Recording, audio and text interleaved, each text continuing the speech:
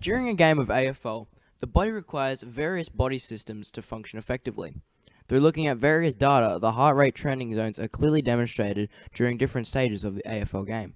These systems include the ATP-PC system, the lactic acid system, and the aerobic systems.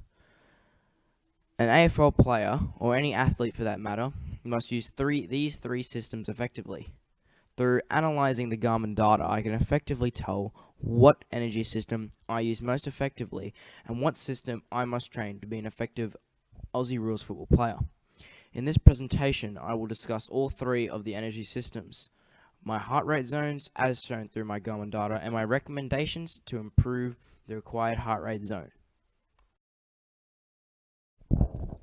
There are three energy systems that the human body uses when exercising. These three systems include the ATP-PC system, the aerobic system, and the lactic acid system.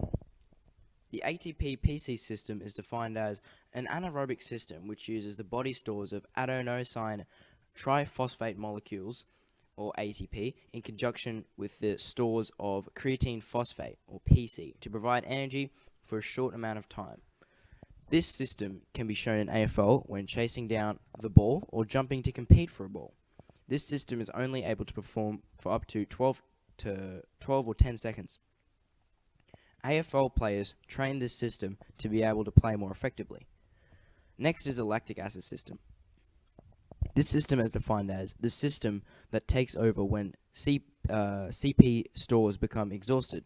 It supplies the ATP to our muscles to keep exercising, particularly when exercising at a high intensity.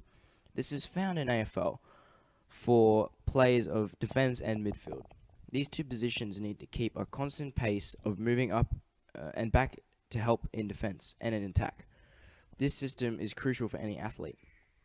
The aerobic system is defined as the method of resynthesizing ATP using carbohydrates and fats as fuels in the presence of oxygen. This is heavily relied upon in AFL due to its constant running and jogging. The other systems in this case don't have time to recover. Midfielders use this system most effectively due to their position requiring them to constantly jog to attack or track back and defend. This system is crucial for athletes to sustain a high amount of fitness, as it allows for an athlete to sustain a high-intensity performance throughout the game. For example, a midfielder uses this system the most out of any other player. When playing midfield, you are expected to both defend and attack when required. In an end-to-end game, midfielders will constantly move from one end to end with high intensity. It is crucial to understand that these three energy systems do not function independently. These systems function together to supply energy to rebuild ATP. When the body is participating in sport, one system will be creating more ATP than the rest. Heart rate zones are how athletes can train their body to be more effective in the appropriate areas for their energy systems. The three heart rate training zones are 50 to 60%, 70 to 80%, and 80 to 90% of your maximum heart rate. The aerobic system works within the 70 to 80% system. The lactic acid and ATP system works in the 80 to 90% zone. This is clearly demonstrated in my heart rate. The orange area shows my 70 to 80% training zone and is in conjunction with my aerobic zone. The lactic acid system is shown in the red at the 80 to 90% zone. The ATP-PC system is shown with these black circles. These circles highlight my short 10-second bursts of energy when perhaps I was chasing down an opponent or even running away from one. Next is the analysis of my data. My data can effectively determine what heart rate zone and therefore what energy system I require to train. I am currently a 15-year-old male and my resting heart rate is 51 beats per minute. The max heart rate is defined as maximum heart rate is the theoretical maximum rate at which a person's heart can beat at a given age. The formula used to calculate the maximum heart rate of a healthy individual is 220 minus their age in years. There is now an updated, more appropriate method of calculating the maximum heart rate. The new method is called the Monahan and Seals method of calculating the MHR. The formula for this method is 208 minus 0.70 times your age in years. Since I'm 15 years of age, my max heart rate is 197.5 beats per minute. My heart rate training zones are as follows. 50% is 140.75 beats per minute, 60% 152.1, 70% 163.45, 80% 174.8, and 90% 186.15, and finally 100% is 197.5, or my maximum heart rate.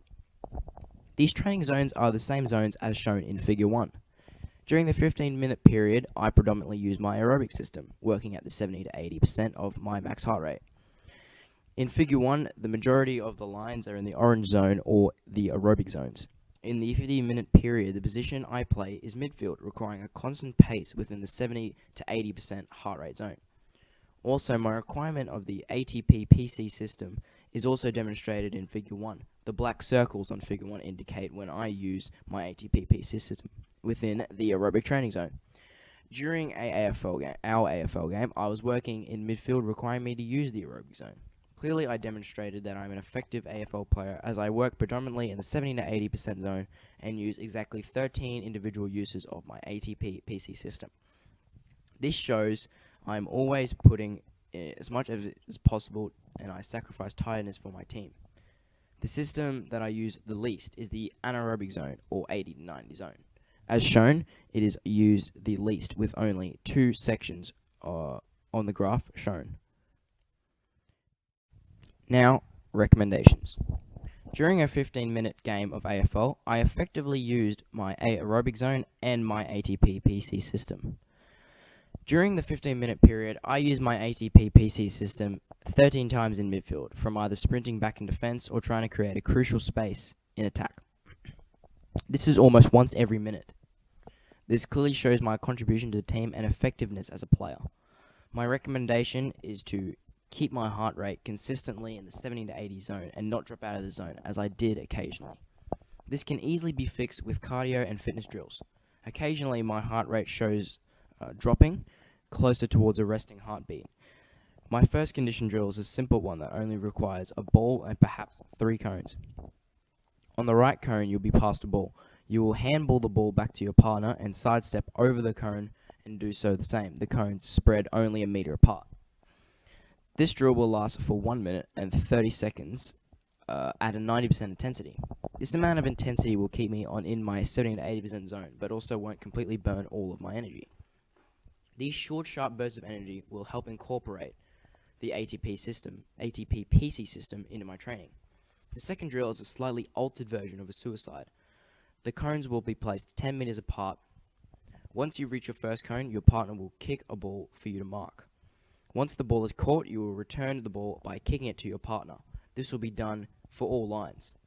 This drill incorporates the elements of both kicking and receiving in AFL. This drill tests whether I will be able to accurately and consistently kick while constantly running, constantly testing my fitness and performance. There will be 4 lines, and you should do all 4 for 3 rounds.